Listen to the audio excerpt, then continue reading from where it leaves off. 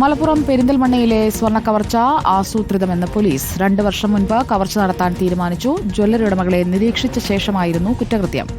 13 പ്രതികളെ police arrest ചെയ്തു. ഇതിൽ 9 പ്രതികൾ മോഷണത്തിൽ നേരിട്ട് പങ്കെടുത്തവരാണെന്ന് മലപ്പുറം SP R വിശ്വനാഥ് പറഞ്ഞു.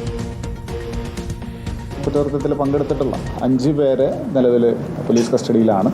അതുകൂടാതെയും ഇതിൻ്റെ പ്ലാനിങ്ങിനകത്തും ഗൂഢാലോചനയിലും എല്ലാം അംഗങ്ങളായിട്ടുള്ള മറ്റ് എല്ലാവരും കൂടിയിട്ട് 13 വ്യക്തികളാണ് ഇപ്പോൾ ഈ ഒരു ഓപ്പറേഷൻ്റെ പുറകിൽ നിന്ന് നമുക്ക് കിട്ടിയിരിക്കുന്നത്. ഈ കുറ്റകൃത്യം കൃത്യമായിട്ടുള്ളൊരു ആസൂത്രണത്തോടു കൂടി തന്നെ ചെയ്തിരുന്നതാണ്. അപ്പോൾ അവരുടെ വരവും പോക്കും എല്ലാം നിരീക്ഷിച്ച് അതിനുശേഷം ഇത് കണ്ണൂരുള്ളൊരു സംഘവുമായിട്ട് ഷെയർ ചെയ്യുകയും ഇവരുമായിട്ടുള്ള ബന്ധങ്ങളെല്ലാം ജയിലിൽ നിന്നാണ്.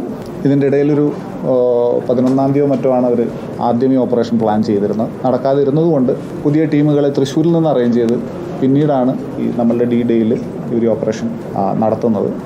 ഈ ഓപ്പറേഷനിൽ മൊത്തം 9 പേരാണ് ഈ വാഹനത്തിലുണ്ടായിരുന്നത്. ഈ വാഹനം അന്നേ ദിവസം വൈകുന്നേരം ഇവിടങ്ങളിലുണ്ടായിരുന്നു. അതിൻ്റെ എല്ലാം ഡീറ്റെയിൽസ് നമ്മുടെ കയ്യിലുണ്ട്. അഷ്കർ അലി നൽകും കൂടുതൽ വിവരങ്ങൾ. അഷ്കർ, ആസൂത്രിതമെന്നാണല്ലോ പോലീസ് പറയുന്നത്. എന്തൊക്കെയാണ് അവർ ചൂണ്ടിക്കാട്ടുന്ന കാരണങ്ങൾ? പോലീസിനെ സംബന്ധിച്ചിടത്തോളം അല്ലെങ്കിൽ കേരള പോലീസിനെ സംബന്ധിച്ചിടത്തോളം അഭിമാനകരമായ ഒരു നേട്ടം തന്നെയാണ്. കാരണം 21-ാം തീയതി ഈ സ്വർണ്ണ കവർച്ച നടക്കുന്നു. കുറഞ്ഞ ദിവസങ്ങൾക്കുള്ളിൽ തന്നെ ഇതിൽ 13 പ്രതികളാണ് ഇപ്പോൾ പോലീസ് അറസ്റ്റ് ചെയ്തിരിക്കുന്നത്. ഇതിൽ പോലീസ് പറയുന്ന ചിത്രം ഇങ്ങനെയാണ്.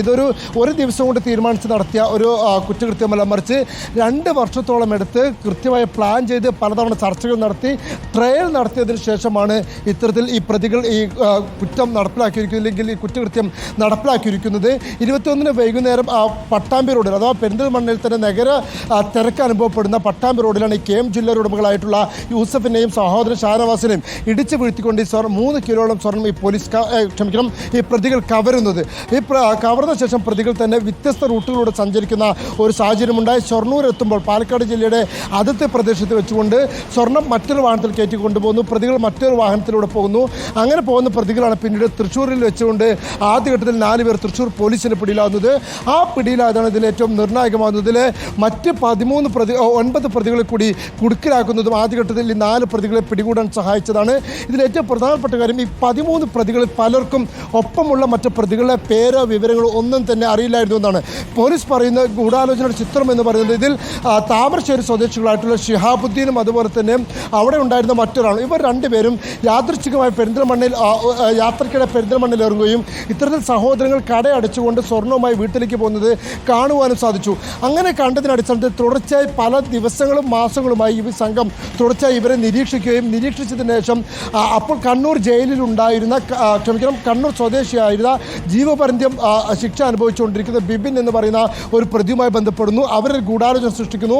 പിന്നീട് ബിബിൻ്റെ സുഹൃത്തുമായിട്ടുള്ള ഇതേപോലെ തന്നെ സമാനമായ നിരവധി കേസിൽ പ്രതിയായിട്ടുള്ള കണ്ണൂർ സ്വദേശിയായ ഒരു അനന്തുവിനെ ബന്ധപ്പെടുന്നു. ഈ അനന്തുവാണ് പിന്നീട് കണ്ണൂരിലുള്ള മറ്റ് സംഘങ്ങൾ ഇതിലേക്ക് ഏകോപിപ്പിക്കുന്നത്. പക്ഷേ 11-ാം തീയതി ഇത്തരത്തിൽ ഒരു കുറ്റകൃത്യം നടത്താൻ വേണ്ടി ഇവർ ശ്രമിച്ചെങ്കിൽ പോലും അവർക്ക് സാധിച്ചില്ല. അതിനെ തുടർന്ന് പിന്നെ തൃശ്ശൂരിലുള്ള കൂടുതൽ ആളുകളടക്കം പങ്കെടുപ്പിച്ചുകൊണ്ട് 17ഓളം പേർ ചേർന്നുള്ള ഗൂഢാലോചനയുടെയും ആസൂത്രണമായി നടത്തിയ ഒരു നീക്കത്തിൻ്റെയും ഒടുവിലാണ് പെരിന്തൽമണ്ണയിൽ ഈ സ്വർണ്ണ കവർച്ച നടത്തിയിരിക്കുന്നത് എന്നാണ് ഇപ്പോൾ പോലീസ് വ്യക്തമാക്കുന്നത്. എന്തായാലും പ്രതികളിൽ 13 പേരെ അറസ്റ്റ് രേഖപ്പെടുത്തിയിരിക്കുന്നു. 4 പ്രതികളെ കൂടിയാണ് ഇനി പിടികൂടാനുള്ളത്. ഇവർക്ക് വേണ്ടി സംസ്ഥാനത്തിനകത്തും പുറത്തും തെരച്ചിൽ ഊർജിതമാക്കിയിട്ടുണ്ട് എന്നാണ് ഇപ്പോൾ പോലീസ് വ്യക്തമാക്കുന്നത്. സുജിയ. ഓക്കെ, അഷ്കർ അലി.